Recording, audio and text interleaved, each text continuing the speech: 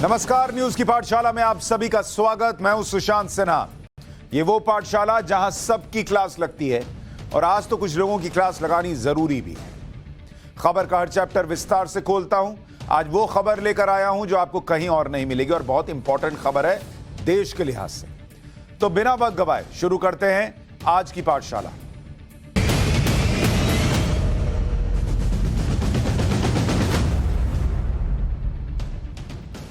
पाठशाला में आज आपको बताऊंगा कि पीएम मोदी और उनकी मां को मारने की बड़ी साजिश का खुलासा हुआ है। पीएम मोदी और उनकी मां को कौन मारना चाहता था, कैसे यह मामला अग्निवीरों से जुड़ रहा है, आज आपको इसका सबूत दूंगा। अग्निपथ के हंगामे पर बहुत बड़ा खुलासा करने जा रहा हूं। वो सोशल मीडिया चैट जो बताएंगे देश में आग कौन लगा रहा है। पहले टूल किट बना, फिर अग्निपथ पर बवाल हुआ क्या, इस सवाल को क्यों पूछना पड़ रहा है, इसके सबूत रखूंगा। कोचिंग के टीचर्स ने ट्रेन में आग लगवाई क्या, यह सवाल क्यों पूछना पड़ रहा है, उसके वीडियोस दिखाऊंगा। दुनिया के वो देश जो पहले से अग्निपथ स्कीम चला रहे हैं, आज उनके बारे में भी बताऊंगा। और अग्निपथ स्कीम को लेकर एक एक सवाल जो आपके मन में है उसका जवाब दूंगा। शुरू करते हैं आज की पाठशाला और सबसे पहले उस साजिश का खुलासा जिसके टारगेट पर पीएम मोदी और उनकी मां है।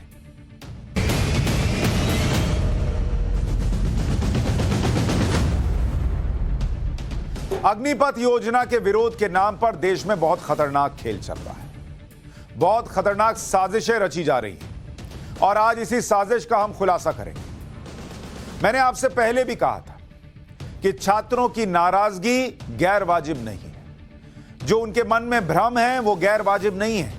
उन भ्रम का सल्यूशन मिलना चाहिए, उनका पूरा जवाब मिलना चाहिए। छात्रों की नाराजगी को सुना जाना चाहिए, सरकार को सुनना चाहिए, उनसे बात करनी चाहिए।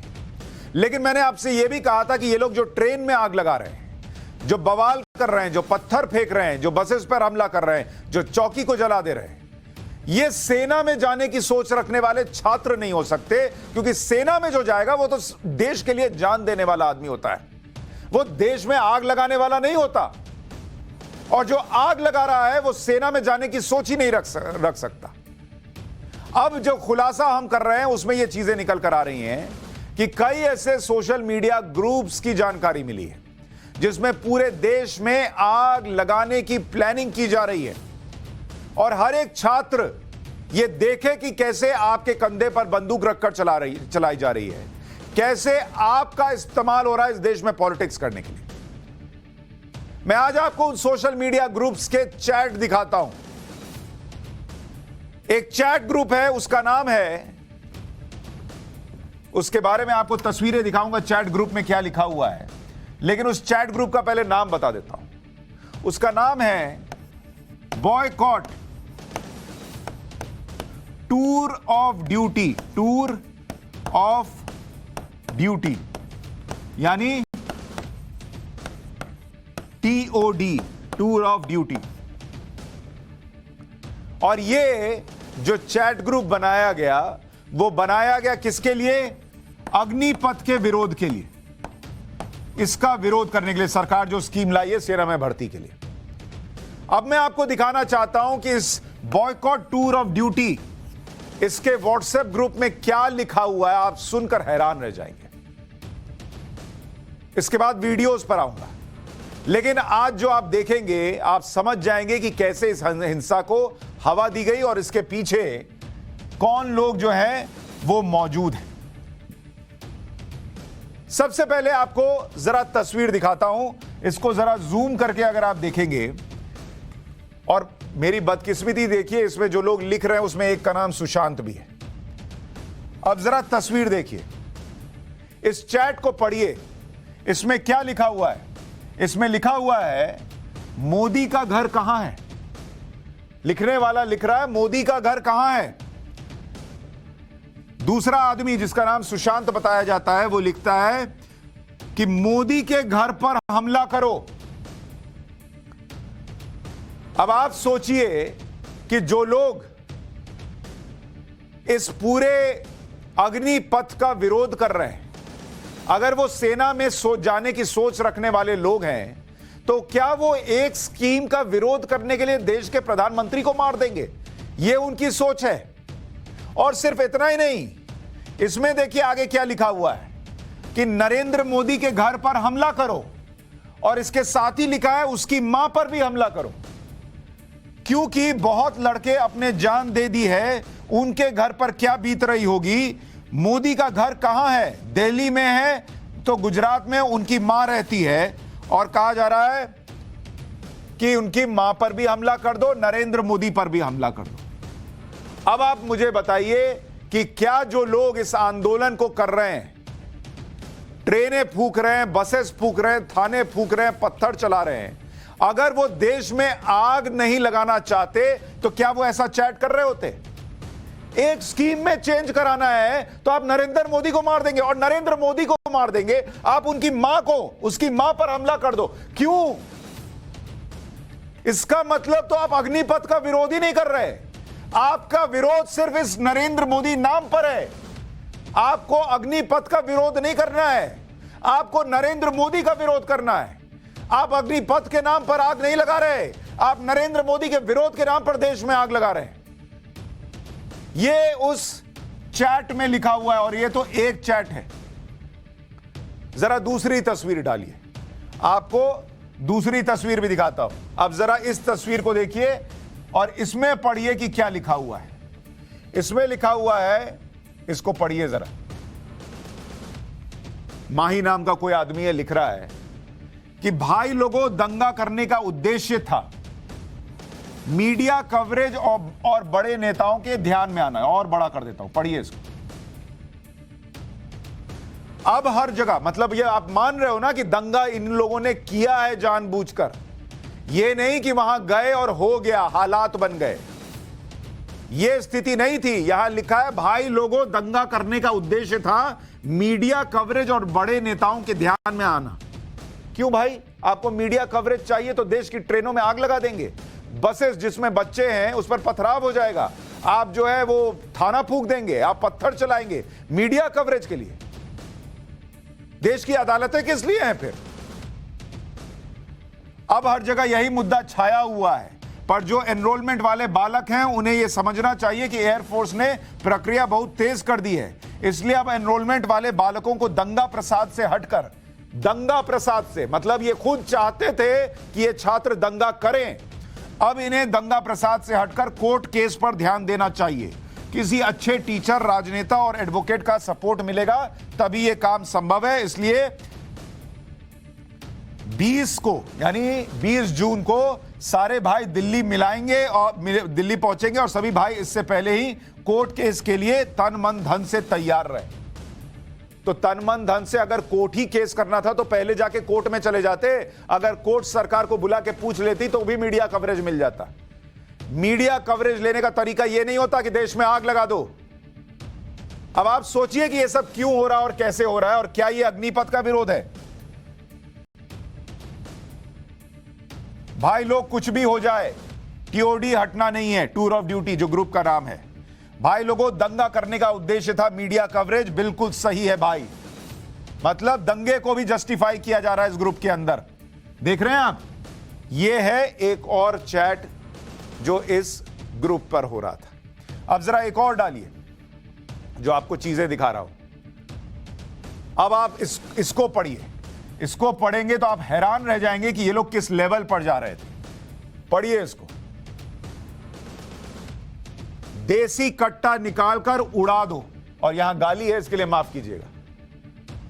देसी कट्टा निकालकर उड़ा दो, यह विरोध करने का तरीका है। अगर आपको कानून पसंद नहीं आ रहा, अगर आपको स्कीम पसंद नहीं आ रही, तो देसी कट्टा निकाल के किसको मार दोगे आप?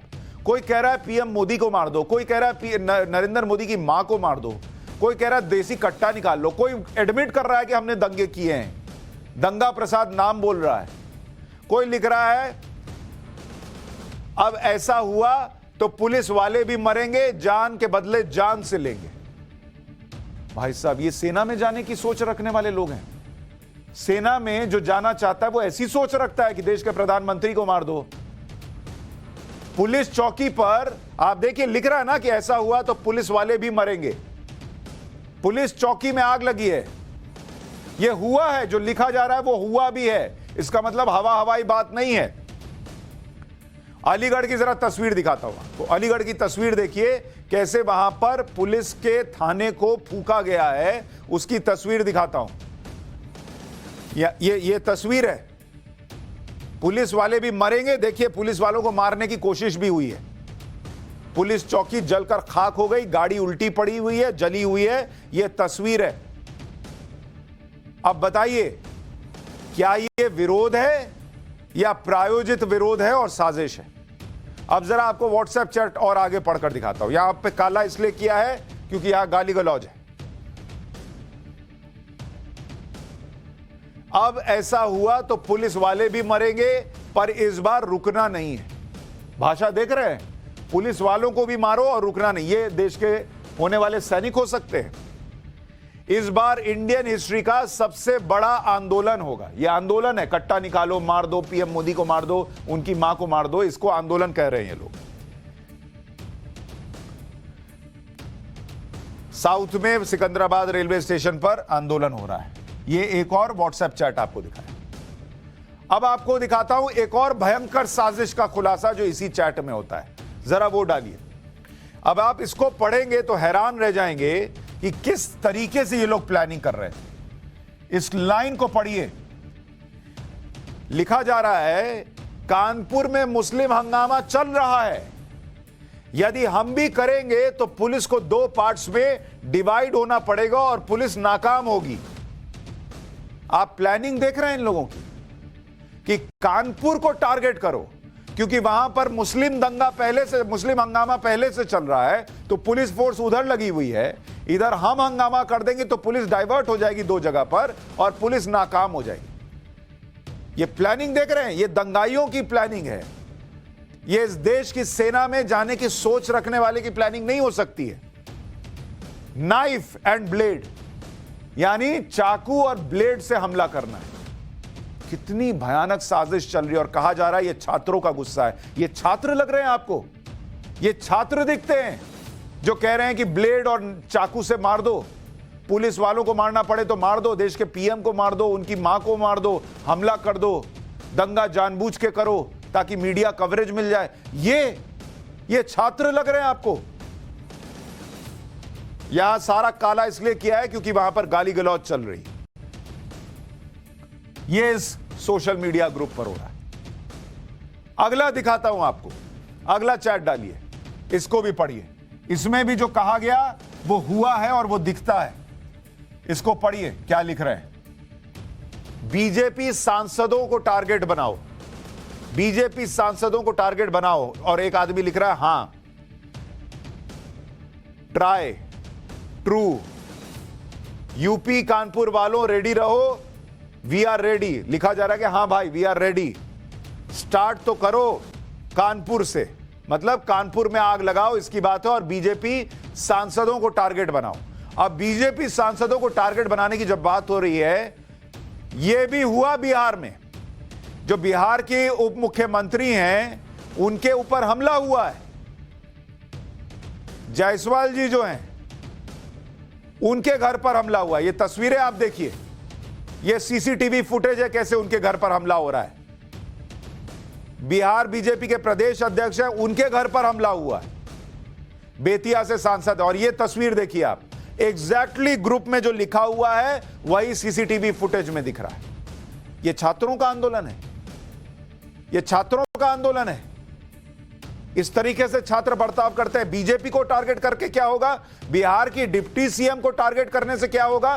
क्या वहां जो कानून बन रहा है, जो स्कीम आ रही है, वो बिहार की डिप्टी सीएम लेकर आई है? लेकिन बीजेपी सांसदों को टारगेट करो और बिहार की डिप्टी सीएम को टारगेट कर लिया जाता है। एक एक चीज जो ग्रुप में लिखी जा रही है वो या तो होती दिखती है या फिर उसकी प्लानिंग इतनी खतरनाक लगती है कि आप हैरान रह जाए। अब आप देखिए कैसे फैमिलीज को भी टारगेट करने की बात हो रही है। जरा इस चैट को पढ़िए आप, इस ग्रुप के इस चैट को पढ़िए। हाउ इज द जोश इन बिहार वेरी हाई। आग लगी हुई है, एम्बुलेंस जा रही है, एम्बुलेंस। ये तस्वीर, मतलब ये लोग खुशी से सेलिब्रेट कर रहे हैं कि बिहार में आग लगा दी है। एक लिख रहा है कि इन यूपी वेरी हाई, मतलब जोश कैसा है, तो बिहार में हाई है, यूपी में तो वेरी हाई है।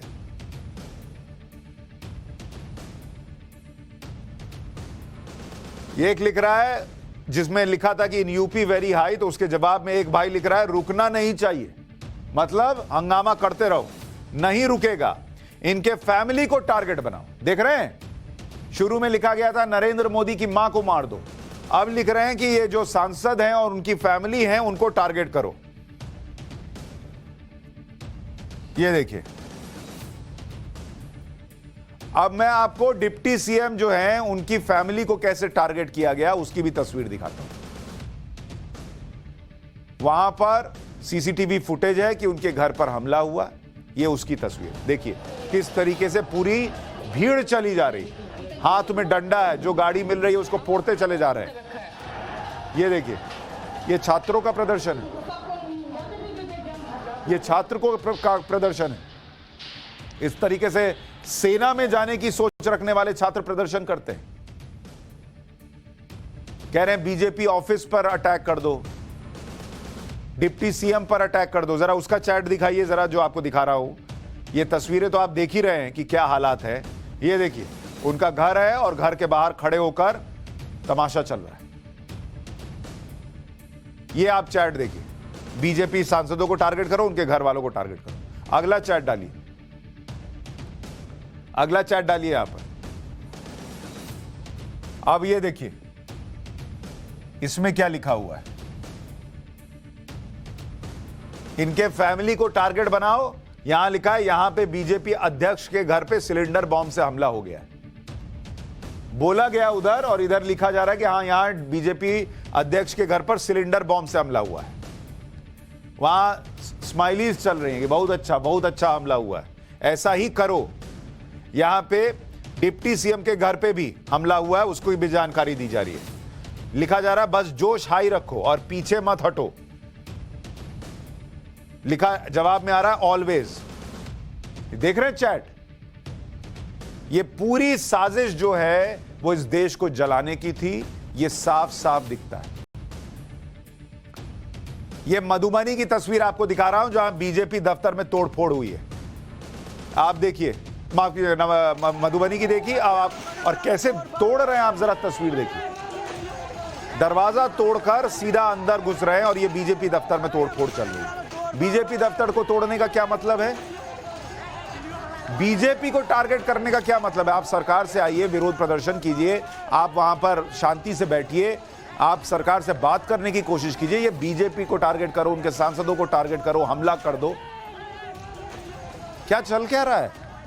ये नवादा की तस्वीर देखिए, बिहार की है, वहां आग लगा दी बीजेपी दफ्तर में। ये आपको लग रहा है कि जो आग लगाने वाले, मारने मरने की बात करने वाले, ब्लेड चला दो, चाकू चला दो, ये हो सकते हैं छात्र जो चाहें कि वो सेना में चले जाएं? एक और चैट आपको दिखाता हूं, जरा डालिए, एक और चैट जो है, इसके बाद वाला डालिए। राकेश टिकैत का भी नाम आ रहा है उसमें। राकेश टिकैत ने तो कह दिया है कि भाई हम जो है वहां पर देश भर में आंदोलन करेंगे। अरे भाई आप कौन हो? आप क्या होनोलुलु से आंदोलन करने की डिग्री लेकर आए हो कि सबका आंदोलन आप ही देखोगे? बहुत अनुभवी आदमी हो आंदोलन करने में। एक लिख रहा है भाई एक तरह जीत होगी, किसानों की हेल्प लो। हां, अब मीडिया को भी लपेटे में ले लो। देख रहे हैं, ये जो जहर भरा जाता है कि मीडिया दिखा रहा है, एक शुरू में लिख रहा है कि दंगा इसलिए किए क्योंकि मीडिया की कवरेज मिल जाए। अगर मीडिया की कवरेज के लिए किए थे तो मीडिया को लपेटे में लेने की बात क्यों कर रहे हो? क्यों? क्योंकि मीडिया जो है वो अग्निपथ को लेकर, अग्निवीर को लेकर जो भ्रम है उसका सच क्या है वो सामने रख रहा है। अगर आपकी इच्छा यह है कि अग्निपथ को लेकर आपका विरोध है और वो बात सरकार तक पहुंचे, तो मीडिया ही पहुंचा रहा है ना। लेकिन लिख रहे हैं मीडिया को भी लपेटे में ले लो। फिर लिखते हैं राकेश टिकैत के पास जाओ। देख रहे हैं, बहुत बकवास कर रहा है। और टीचर्स को दूर रखो इस आंदोलन से, सबसे बड़ी जीत होगी जब। राकेश टिकैत ने बोल दिया सुबह ही। राकेश टिकैत ने जो कहा है, एक बार आपको वो भी सुनवा देता हूं। पूर्ण रूप से साथ में है, उनके साथ लड़ाई लड़ेंगे मजबूती के साथ में। आपको जितना भर्ती करना है उतनी आप भर्ती करो, दूसरे रोजगार तो बेरोजगारी बता दो, लेकिन 4 साल में कोई घर जाने वाला नहीं है। ये तो सबसे खतरनाक पॉलिसी लेकर आई। नौजवान लड़ेगा, हम उनके साथ में हैं। नौजवान तोड़ फोड़ ना करे, हिंसक वो ना करे, शांतिपूर्ण तरीके से। अगर डीएम के ऑफिस घेरने पड़ेंगे, अधिकारियों को घेरने पड़ेंगे, दिल्ली जाना पड़ेगा तो हम चलेंगे, उसकी तैयारी पूर्ण रूप से करेंगे। राकेश टिकैत इस आंदोलन में भी कूद पड़ेंगे। क्यों? आपको समझाना चाहिए कि भाई सरकार जो कह रही है उसमें क्या अच्छा है बुरा है, और अगर आपको लगता है आप सरकार से बात करें, नहीं, यहां भी आंदोलन 6 महीने 8 महीने कर देंगे। अब आपको ये जो अभी तक दिखाया, ये आपको बताया कि सोशल मीडिया चैट में क्या चल रहा था। अब आपको दिखाता हूं कि इस हिंसा के पीछे कई कोचिंग सेंटर्स का हाथ होने का भी दावा किया जा रहा है और उसके कुछ सबूत मिले। कोचिंग सेंटर के कर्ता धर्ता वीडियो बनाकर भड़काऊ बयान दे रहे हैं। आज मैं आपको एक एक सबूत दिखाता हूं, ऐसे कोचिंग सेंटर्स के वीडियो जो छात्रों को भड़का रहे थे। एक कोचिंग सेंटर है Chanakya physical training centre, Sujeet sir का। इसके YouTube पेज पर जो वीडियो डाला गया है उसमें ज्यादा से ज्यादा विद्रोह के लिए युवाओं को उकसाया जा रहा है। YouTube चैनल पर इस ट्रेनिंग सेंटर का पता पटना दिया गया है। युवाओं को अग्निपथ स्कीम के नाम पर कैसे भड़काया जा रहा है वो आपको सुनवाता हूं। जैसा कि 2 बजे हर एक चैनल पे हर एक ट्रेनिंग सेंटर लाइव आने वाले थे, तो उन सभी चैनल, उन सभी छोटे बड़े जितने भी हमारे भाई हैं जिनका की सपोर्ट अभी इस दौर पे है, इस भारतीय युवा पे है, जो कि आज इस तरीके से रोड पे उतर बैठे हैं। हर एक जिला विद्रोह हो रहा है, हर एक जिला में सारे बच्चे कहीं अभी छपरा में लेटेस्ट अभी ट्रेन चलाया है उन्होंने, आरा में रेलवे ट्रैक जाम कराया है, बक्सर में भी करा है, जहानाबाद में भी करा है, बेगूसराय बरौनी में भी हुई है। तो आप लोग सबसे पहले सारे कैंडिडेट जितने भी हैं वो जुड़ जाएं और जितना ज़्यादा से ज़्यादा हो सकता है इस वीडियो को भेजें। ये देश में हमारे देश के युवा को कतई मंजूर नहीं है और ये होना भी नहीं चाहिए। सच्चाई क्या है मैं आपको बताता हूँ। सबसे बड़ी चीज़ कि आप लोग एकजुट हो जाओ, सबको ही एकजुट हो जाओ। सबसे पहले टीओडी का विद्रोह करो, जितना लेवल तक हो सकता है पूरा का पूरा विद्रोह करना है, एक भी लेवल नहीं छोड़ना है। मैं आपको बार बार बोल रहा हूँ कि जितना भी ज्यादा आप विरोध कर सकते हो विरोध करो। मैं कह रहा हूँ विरोध करो, टीओडी का विरोध करो। क्यों नहीं करोगे? बिल्कुल करो। और आने वाली डेट जो कि बताई जाएगी, वो रिटर्न मैसेज जाएगा, कितना क्या होगा वो सब चीज होगा। रिटर्न मैसेज जाएगा कि आपको क्या करना है।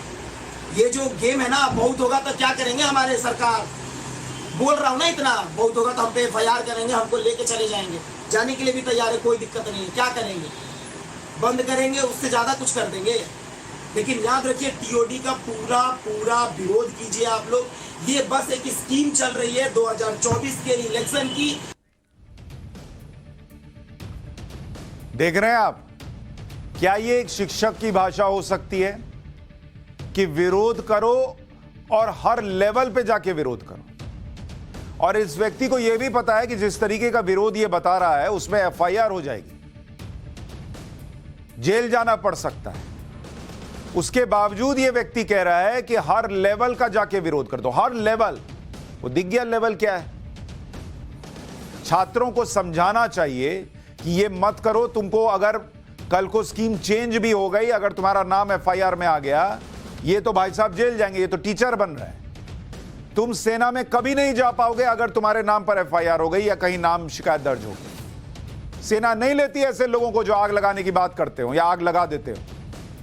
लेकिन यह बात बताने की बजाय ये कह रहे हैं हर लेवल पर विरोध करो। फिर कह रहे हैं आगे डेट भी दी जाएगी कि किस लेवल पे क्या करना है। एक YouTube चैनल है शिवा फिटनेस फोर्स एकेडमी, जो राजस्थान के चुरू से चलता है। इसमें खुद को फिटनेस ट्रेनर बताने वाला शख्स अग्निपथ योजना के विरोध में आंदोलन की बात कर रहा है। वो कम से कम 6 महीने तक आंदोलन करने के लिए युवाओं को कह रहा है। वही बात आंदोलन की, तो भाई देख, आंदोलन करने के लिए मैं तैयार हूं, लेकिन एक बात हमेशा याद रखना, उस आंदोलन में, ठीक है, अगर आना होगा तो कम से कम 6 महीना का लेके समय आना। ये मत समझना कि एक दिन बैठेंगे रोड पे, ठीक है, और एक दिन में सरकार ले लेगी टीओडी वापस। एक दिन में कुछ नहीं होने वाला है। तो ये बात ध्यान रखना मेरे भाई, अगर आंदोलन करना है तो कमेंट कर देना, शेयर कर देना लोगों की तरफ, हर एक एआरओ तरफ। ठीक है, मैं आंदोलन करने के लिए बिहार में तैयार हूँ, लेकिन सही तरीके से करूँगा। आप इस तरह मत रखना कि नहीं एक दिन में आंदोलन हो जाएगा उसके बाद सरकार टीओडी वापस ले लेगी, ऐसा कुछ नहीं होने। कम से कम 6 मंथ, और मैं करूँगा तो सही तरीके से करूँगा। इन्होंने कम से कम कहा कि सही तरीके से करूंगा, तरीका क्या होगा ये नहीं बताया, लेकिन छात्रों को कह रहे हैं कि 6 महीने का सामान लेकर आ जाओ। उस छात्र के 6 महीने बर्बाद हो जाएंगे कि नहीं हो जाएंगे? और छात्र क्यों, अगर आपको करना है तो आप कीजिए, ऐसे सारे टीचर्स क्यों नहीं चले जाते सरकार से बात करने के लिए? अब जसवंत सिंह रावत एकेडमी के इस यूट्यूब वीडियो को देखिए। इस यूट्यूब वीडियो में जलती हुई ट्रेन और युवाओं की भीड़ को दिखाया गया है। वीडियो पर लिखा है कि टीओडी वापस लो, ये तो शुरुआत है। बैकग्राउंड में गाना बज रहा है, मेरे सीने में ना सही तेरे सीने में सही, कहीं तो आग जलनी चाहिए। इसी चैनल के दूसरे वीडियो में एक आदमी युवाओं को आंदोलन के लिए भड़का रहा है। 18 जून यानी कल सभी युवाओं के बिहार के कटिहार रेलवे स्टेशन पर बुलाया गया है। युवा छात्रों को भारत मां की कसम दी जा रही है। यूट्यूब चैनल पर एकेडमी का पता बिहार के कटिहार दिया गया है।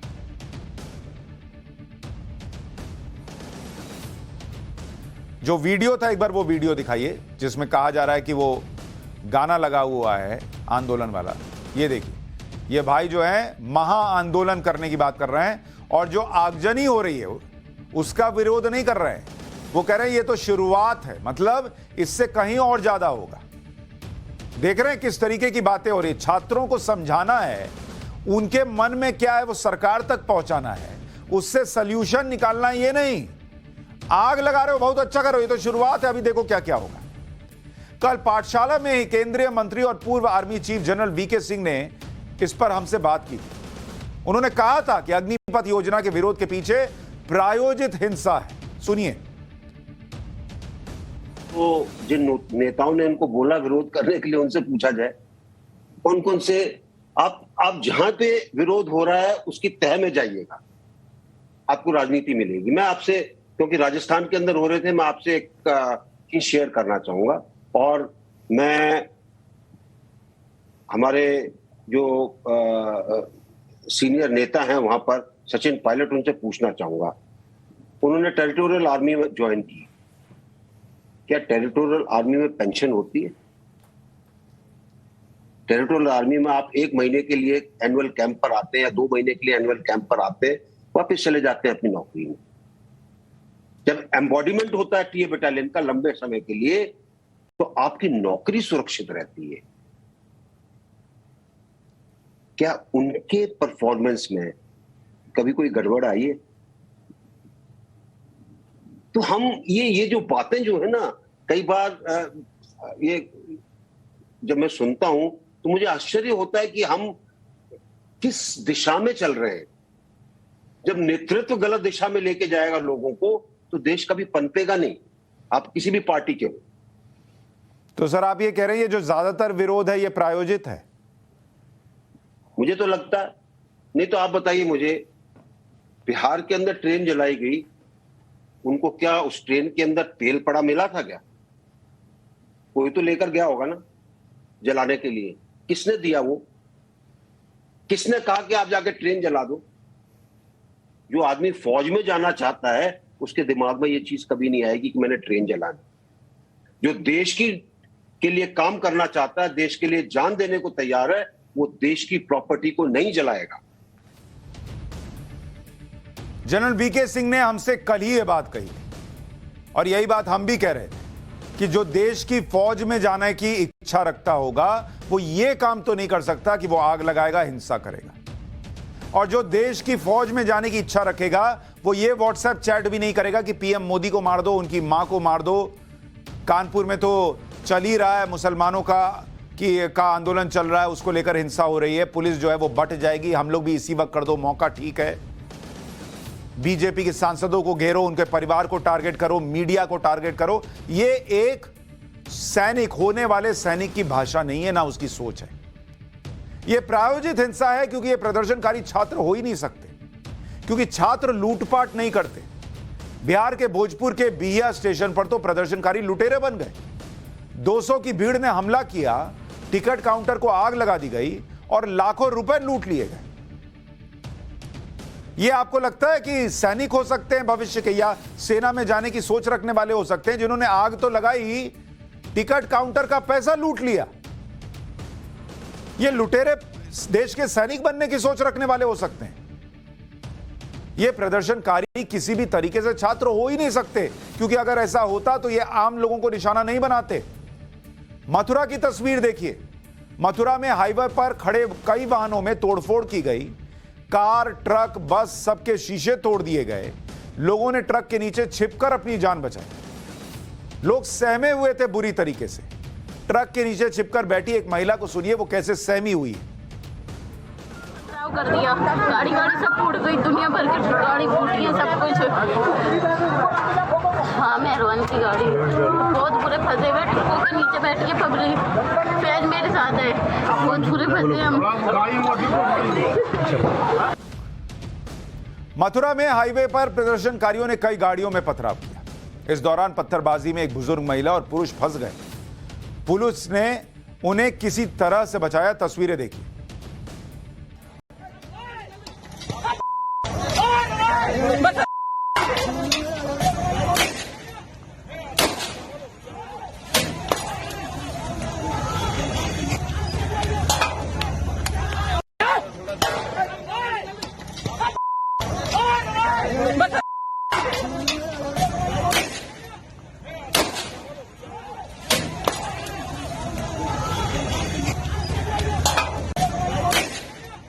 एक पत्थर लग जाता तो उनकी जिंदगी बचती या नहीं बचती कहा नहीं जा सकता, लेकिन बेचारे किसी तरीके से बचकर भाग रहे हैं और पुलिस वाले के पास जो शील्ड होती है वो उससे उनको बचा रहा है और पत्थर चल रहे। ये मथुरा में हुआ। इसी तरह से बिहार के दरभंगा में प्रदर्शन के दौरान एक स्कूल बस फंस गई। स्कूल बस में कुछ बच्चे थे जो बेहद घबराए हुए थे। प्रदर्शन को देखकर बच्चे रोने लग गए, डर लग रहा था उनको। राहत की बात यह है कि बच्चों की बस प्रदर्शन के बीच से सुरक्षित निकल गई, किसी को कोई नुकसान नहीं हुआ। सुनिए छोटा बच्चा रोते हुए क्या कह रहा है। अच्छा बेटा, कोई बात नहीं बेटा, बैठ जाओ। किस चीज से डर लग रहा है बेटा आपको? बेटा डर लग रहा है आपको? डर लग रहा है क्या? नहीं। किस चीज का डर लग रहा है बेटा आपको? अच्छा बेटा, कोई बात नहीं बेटा, बैठ जाओ। किस चीज से डर लग रहा है बेटा आपको? बेटा डर लग रहा है आपको? डर लग रहा है क्या? नहीं। किस चीज का डर लग रहा है बेटा आपको? अच्छा बेटा, कोई बात नहीं बेटा, बैठ जाओ। किस चीज से डर लग रहा है बेटा आपको? बेटा डर लग रहा है आपको? डर लग रहा है क्या? नहीं। किस चीज का डर लग रहा है बेटा आपको? ये फौज में जाने की सोच रखने वाले लोग हो सकते हैं जो बच्चे के साथ ये कर रहे हैं, स्कूल बस के साथ ये कर रहे हैं। किस चीज का डर लग रहा है बेटा? हिंसक प्रदर्शन का सबसे ज्यादा नुकसान रेलवे को उठाना पड़ा। कई जगह ट्रेन की बोगीज, इंजन को फूंक दिया गया। स्टेशन पर तोड़फोड़, हंगामा हुआ और इन सब की सजा ट्रेन से सफर करने वाले आम आदमी को भुगतनी पड़ी।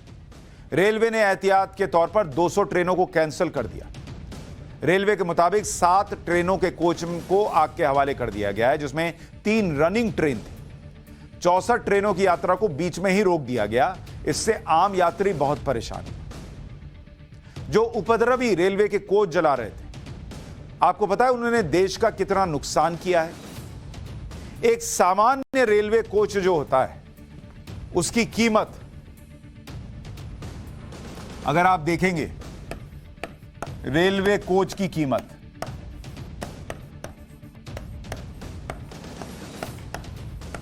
एक सामान्य रेलवे कोच की कीमत जो है वो होती है 1.5 करोड़ रुपए।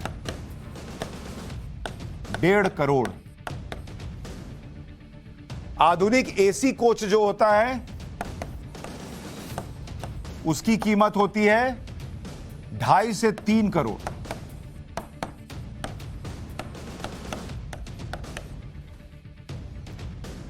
अब अगर आप सोचिए कि अगर ऐसे 10 कोच भी जला दिए जाएं, एसी कोच, तो 30 करोड़ का नुकसान, और अगर सामान्य कोच 10 जलाएं तो 15 करोड़ का नुकसान। यह देश का होने वाला सैनिक कर सकता है।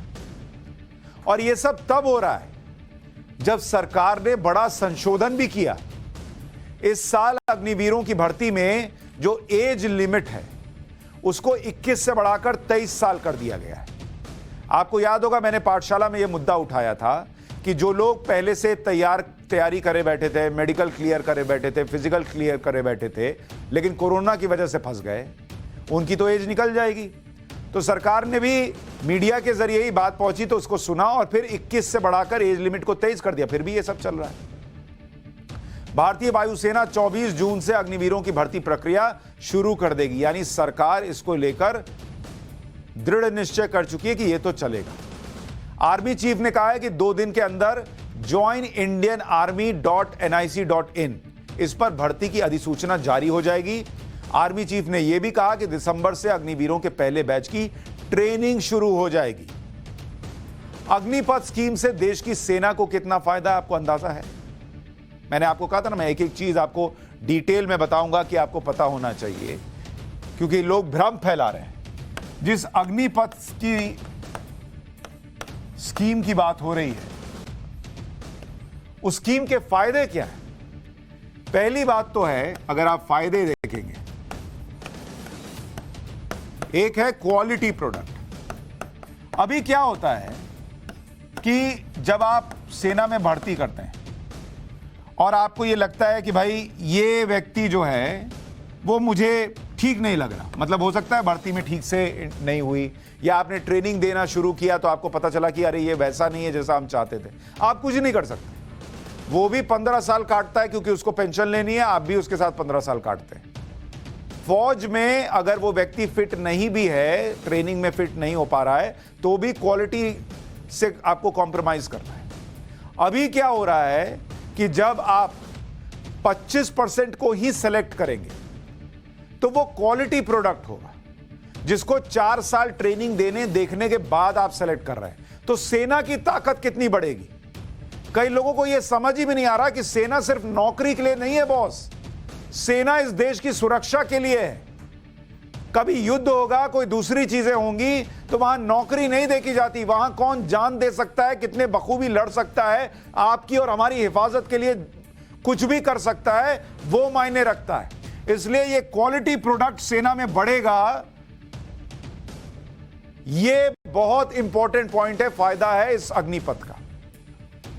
दूसरा, एवरेज एज जो है, एवरेज एज वो घटेगी। कैसे घटेगी वो आगे बताऊंगा।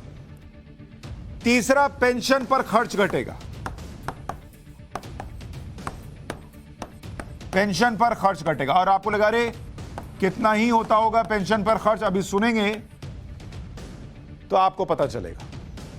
और चौथा फायदा जो है वो सेना और मॉडर्न हो पाएगी क्योंकि उस पर पैसा खर्च हो पाएगा, और दूसरी सुविधाएं जो सैनिकों को ही मिलती हैं वो बढ़ेंगी। क्यों? क्योंकि जो पेंशन से पैसा बचेगा वो इधर इस्तेमाल हो सकेगा। अब मैं जब क्वालिटी प्रोडक्ट की बात कर रहा हूं, जो मैं आपसे कह रहा था, एक पलटन जो होती है, एक पलटन, उसमें 750 से 800 सैनिक होते हैं।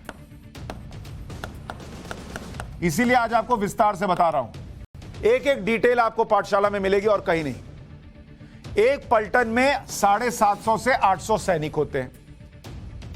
4 साल में 120 अग्निवीर अगर बाहर होंगे, और अधिकतम कितने जा सकते हैं एक पलटन में? 40 अग्निवीर। तो अब आप सोचिए, ये स्थायी जो हो गए, कुछ लोग कह रहे हैं कि सारे अग्निवीर भर जाएंगे, इनके पास तो नॉलेज नहीं होगी, उस तरीके की ट्रेनिंग नहीं होगी, अनुभव नहीं होगा। अरे भैया, एक बार में 4 साल में 40 अग्निवीरों की एंट्री हो रही है, तो एक पलटन में पूरे अग्निवीर ही भर जाएं, इसके लिए कम से कम 20 साल लगेंगे। 20 साल। और जो ये 20 साल बाद ये जो 40 हैं, इनके पास 20 साल का अनुभव भी होगा। समझ रहे हैं? इनमें से तो कुछ रिटायर भी हो जाएंगे तब तक। तो पहले समझ तो लीजिए कि किस बात का विरोध कर रहे हैं। एवरेज एज कैसे कम हो जाएगी? अभी कितनी है एवरेज एज सेना की? एवरेज एज अभी है 32 साल, 32 ईयर्स। 6 से 7 साल में अग्निपथ स्कीम से भर्ती होने के बाद सेना की एवरेज एज घटकर कितनी हो जाएगी? घटकर 24 से 26 हो जाएगी। 24 से 26 साल। अब आप बताइए, जब आपकी फौज लड़ने के लिए जाएगी और जो सिपाही सबसे ज्यादा मेहनत करता है वो 24 से 26 साल का होगा तो ज्यादा आपके लिए काम का है कि 32 साल का है तब ज्यादा काम का है? 32 साल वाले का भी अपना अनुभव है, वो ऐसा नहीं कि बेकार है, मैं ये नहीं कह रहा हूं, लेकिन जितनी एवरेज एज कम होती है उतना आपका शरीर जो है वो साथ देता है। पेंशन पर खर्च कैसे घटेगा आपको यह भी बता देता हूं। अभी डिफेंस बजट जो है, अब जरा इसको मिटाना पड़ेगा, पेंशन पर खर्च को देखिए कैसे घटेगा। आपको लोग, मैंने कहा था कि सुन के कान से धुआं निकल जाएगा। डिफेंस बजट जो है वो आज की तारीख में डिफेंस बजट कितना है, वो है 5.3 लाख करोड़, यानी 5,30,000 करोड़। ये पूरा डिफेंस बजट है। इस पूरे डिफेंस बजट का सैलरी पर कितना खर्च हो जाता है आपको पता है? जो सेना में आप सैलरी दे रहे हैं, सैलरी पर खर्च हो जाता है करीब 25.6%, यानी करीब करीब 26%। और पेंशन पर, क्योंकि सेना से हर साल करीब 60,000 लोग रिटायर होते हैं, करीब करीब 23%, 22.8% खर्च होता है। आप सोच रहे हैं, यानी अगर आप इन दोनों को जोड़ दें, पेंशन और सैलरी, तो आप देखेंगे 8 6 14, 5 2 7 1 8 और 2 2 4, 48.4। पूरे डिफेंस बजट मतलब 5.3 लाख करोड़ का आधा, 2.5 लाख करोड़ से ज्यादा खर्च हो जाता है सैलरी और पेंशन देने में। सोच रहे हैं कोई मामूली रकम है? आपको अगर इसका ब्रेकअप दिखाऊं, मान लीजिए आप आर्मी के लिए देखिए कि आर्मी में पेंशन और सैलरी पर कितना खर्च होता है। 2021-22 का दिखा रहा हूं, 21-22 का, ये देखिए सैलरी पर आर्मी ने कितना खर्च किया सैलरी के ऊपर, 1,11,693 करोड़। ये उनके खर्च का 39% उन्होंने सैलरी पर खर्च किया, सिर्फ आर्मी का बता रहा हूं। और पेंशन देने में, एस का मतलब सैलरी, पी का मतलब पेंशन, पेंशन देने में 99,921 करोड़ रुपए खर्च हुए। ये आर्मी के बजट का 34% है। देख रहे हैं आप? तो आर्मी में सैलरी और पेंशन पर कितना खर्च हो गया, इधर 39%, इधर 34%, करीब करीब 73% खर्च हो गया। 73% पैसा आर्मी का खर्च हो जा रहा है पेंशन और सैलरी देने में। वो क्या मॉडर्नाइजेशन करेगा? क्योंकि मॉडर्नाइजेशन एम कितना खर्च किया, सिर्फ मात्र 11%, पैसा ही नहीं, कहां से खर्च होगा? टाइम्स नाउ भारत में navy chief admiral R Hari Kumar से हमने बात की। उन्होंने बताया कि यह स्कीम जल्दबाजी में नहीं लाई गई, बहुत लोगों से बात की गई तब लाई गई है। तो यह मत सोचिए कि अच्छा आज मूड किया चलिए इसको लागू कर देते। वो कह रहे भैया 2 साल चर्चा हुई है तब जाकर यह आया है। सुनिए। काफी आगे पीछे इसका डिस्कशन हुआ था। जितने स्टेक होल्डर्स हैं, सर्विस हेडक्वार्टर्स और ministry of defence, ministry of finance, सब इन्वॉल्व थे इसमें। इश्यूज जो रेस किए थे सर्विस हेडक्वार्टर्स ने, हमने फील्ड फॉर्मेशन तक फीडबैक मांगा। तो काफ़ी चर्चा होने के बाद हमने ये भी डिस्कस हुआ कि शुड इट बी 50-50 रिटेंशन या 60-40 होना चाहिए। ये सब डिस्कस होने के बाद finally we have arrived at the scheme. So it is not something which is just out of the blue. So it's a very well thought of scheme. सब कुछ सोच समझ कर हुआ। यह भी कहा जा रहा है कि भाई इन लोगों का 4 साल के बाद क्या होगा। सरकार कह रही है सीएपीएफ में नौकरी मिलेगी, स्टेट पुलिस में इनको प्राथमिकता दी जाएगी, इनको 12वीं का सर्टिफिकेट भी मिलेगा, साथ ही इनके अकाउंट में 12-13 लाख रुपए भी रहेंगे। और जो सैनिकों को सुविधाएं मिलती हैं वो काम के वक्त वो भी मिलेगी। एक टीचर जो है वो वीडियो में ये भी बोलता है कि इसमें मर जाओगे तो मृत कहलाओगे, शहीद नहीं कहलाओगे। सब झूठ और भ्रम फैला रहे हैं। जो शहादत आप नॉर्मल में देते, अगर पूरे परमानेंट 15 साल रहते तो भी यही होता, और 4 साल में भी आपकी शहादत होगी तो आपके परिवार की देखरेख सेना करेगी, जो पैसा मिलना चाहिए वो मिलेगा। अगर आपको लगता है भाई कहीं नौकरी नहीं मिल रही, कुछ नहीं कर रही, अपना करना है, बैंक लोन मिलने में भी आपको प्राथमिकता मिलेगी। यह भी स्कीम के तहत है। और ऐसा लग रहा है यही होके रह जाएगा, कुछ इसमें इंप्रूवमेंट नहीं होगा, कुछ नहीं होगा, कुछ बदलाव नहीं होगा। अरे जीएसटी आया था, कितना बदलाव हुआ था।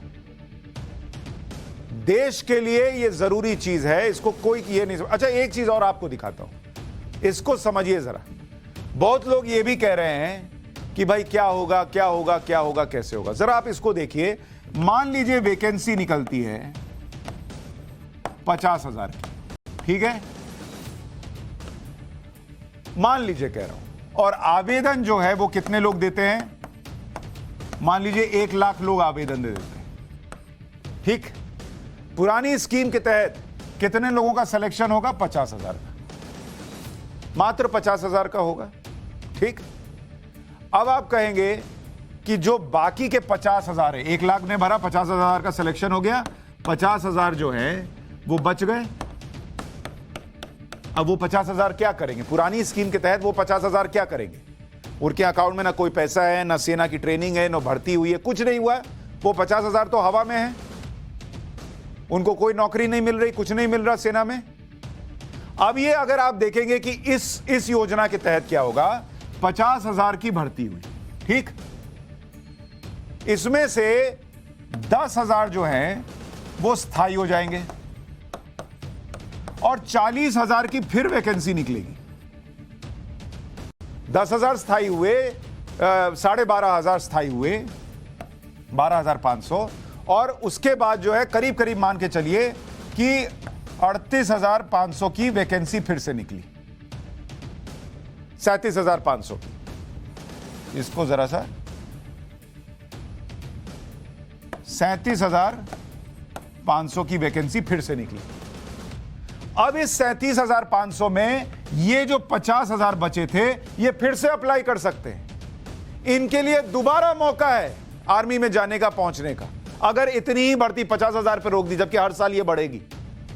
और ये जो बाकी के 37,500 बच गए, जो वहां से निकल गए, ये 37,500 वो हैं जिनके अकाउंट में करीब करीब 12 लाख से 15 लाख रुपए, क्योंकि आर्मी में सैलरी भी बहुत ज्यादा खर्च नहीं होती, सब बच जाती है।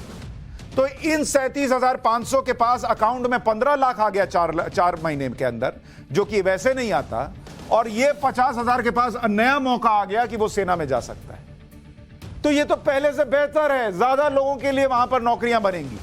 सरकार खुद कह रही है कि हम 3 गुना ज्यादा रिक्रूटमेंट करेंगे और जगह इस्तेमाल होगा। ये कोई चर्चा ही नहीं कर रहा। हमको बस मिल जाए और हम 15 साल कर ले, बाकी जाए जहां जो भी जाना है। औरों का भी फायदा हो रहा है, इस पे कोई बात ही नहीं होती। दुनिया के करीब 30 देशों में, आपको पता है, सैनिकों की भर्ती के लिए अग्निपथ जैसी योजना चल रही है। 30 कंट्रीज। ऐसा नहीं है कि इंडिया ने कुछ नया अजूबा ढूंढ दिया है। और बड़े बड़े सुपर पावर ऐसी अग्निपथ जैसी योजना चला रहे हैं, जिसमें 4 साल या इससे भी कम समय के लिए सैनिकों की भर्ती होती है। सबसे पहले अमेरिका की बात करते हैं, जिसके पास दुनिया की सबसे ताकतवर सेना है। यहां सैनिकों की भर्ती 4 साल के लिए होती है, इसके बाद 4 साल के लिए रिजर्व ड्यूटी होती है। किसी युद्ध या इमरजेंसी की स्थिति में इन्हें ड्यूटी पर बुलाया जा सकता है। अगर अमेरिकी सैनिक 20 साल तक सेना में ड्यूटी करते हैं तो उन्हें पेंशन मिलती है। 20 साल से कम ड्यूटी पर सिर्फ भत्ता दिया जाता है। अमेरिका के बाद रूस के पास दुनिया की दूसरी सबसे ताकतवर सेना है। यहां 18 से 27 साल के हर नागरिक के लिए आर्मी ट्रेनिंग अनिवार्य है। सैनिकों को 8 महीने से 12 महीने की ट्रेनिंग दी जाती है। इसके बाद बेस्ट सैनिकों को यूनिट में भेज दिया जाता है। जो बच जाते हैं वो ट्रेनिंग खत्म के बाद सेना के बाहर दूसरे काम कर सकते हैं। युद्ध की स्थिति में ऐसे ट्रेंड सैनिकों को आर्मी यूनिट्स ड्यूटी पर बुला सकती है। भारत के पड़ोसी देश चीन, उसके पास दुनिया की सबसे बड़ी सेना है। चीन ने 2035 तक सेना के मॉडर्नाइजेशन का लक्ष्य रखा है, जिसकी वजह से पिछले कुछ सालों में चीन ने सैनिकों की भर्ती से ज्यादा मॉडर्नाइजेशन पर काम किया। चीन की सेना में भर्ती के लिए अग्निपथ जैसी योजना है। चीन की थल सेना में सैनिकों की भर्ती 3 साल के लिए होती है। नौसेना और वायुसेना में यह 4 साल की होती है। सैनिक ज्यादा से ज्यादा 12 साल तक सेना में सक्रिय सेवा दे सकते हैं। यूरोप में फ्रांस के पास सबसे ज्यादा सैनिक हैं। यहां सैनिकों की भर्ती कॉन्ट्रैक्ट बेसिस पर होती है। सैनिक और आर्मी के बीच पहले 1 साल का कॉन्ट्रैक्ट होता है, जिसे 5 साल तक के लिए बढ़ाया जा सकता है। सैनिकों को 3 महीने की ट्रेनिंग दी जाती है। फ्रांस की आर्मी में कम से कम 19 साल से वाले को ही पेंशन मिलती है। इजराइल एक और पावरफुल कंट्री, वहां आर्मी को दुनिया की सबसे स्मार्ट मिलिट्री यूनिट माना जाता है। यहां के हर नागरिक के लिए आर्मी में भर्ती होना अनिवार्य है। 1948 में इजराइल के आजाद होने के बाद से ही यह नियम लागू हो चुका है। पुरुषों को 3 साल और महिलाओं को 2 साल सेना में ड्यूटी करनी ही पड़ती है। 3 साल और 2 साल की ड्यूटी करने के बाद करीब 10% सैनिकों का यूनिट्स में सिलेक्शन होता है, मात्र 10%। जो सैनिक आगे के लिए सेलेक्ट होते हैं उनके साथ ज्यादा से ज्यादा 7 साल का कॉन्ट्रैक्ट होता है। 12 साल तक इजरायली सेना में काम करने वालों को पेंशन भी दी जाती है। यानी दुनिया में यही कुछ चल रहा है। ऐसी ही अग्निपथ जैसी स्कीम चल रही है जो भारत में चल रही है। लेकिन भारत में जिस तरीके का विरोध हो रहा है वो दुनिया में कहीं नहीं हो रहा। अग्निपथ को लेकर जो जानकारियां हैं वो आपको लगातार दे रहा हूं। उसके बाद भी कोई चिंता है, कोई वजह बचती है, हमसे संपर्क कीजिए, हम मुद्दा उठाएंगे। नहीं है सरकार से सीधे बात कीजिए, नहीं है कोर्ट चले जाइए। लेकिन जो लोग इस देश में आग लगाना चाहते हैं, आग लगाने, मरने मारने के लिए आपको भड़का रहे हैं, उनसे दूर रहिए, क्योंकि वो आपके छात्रों के कंधे पर बंदूक रखकर देश पर चला रहे हैं, अपनी पॉलिटिक्स चमका रहे हैं। सैनिक आग नहीं लगाता, सैनिक आग बुझाता है। ये याद रखिएगा। नमस्कार।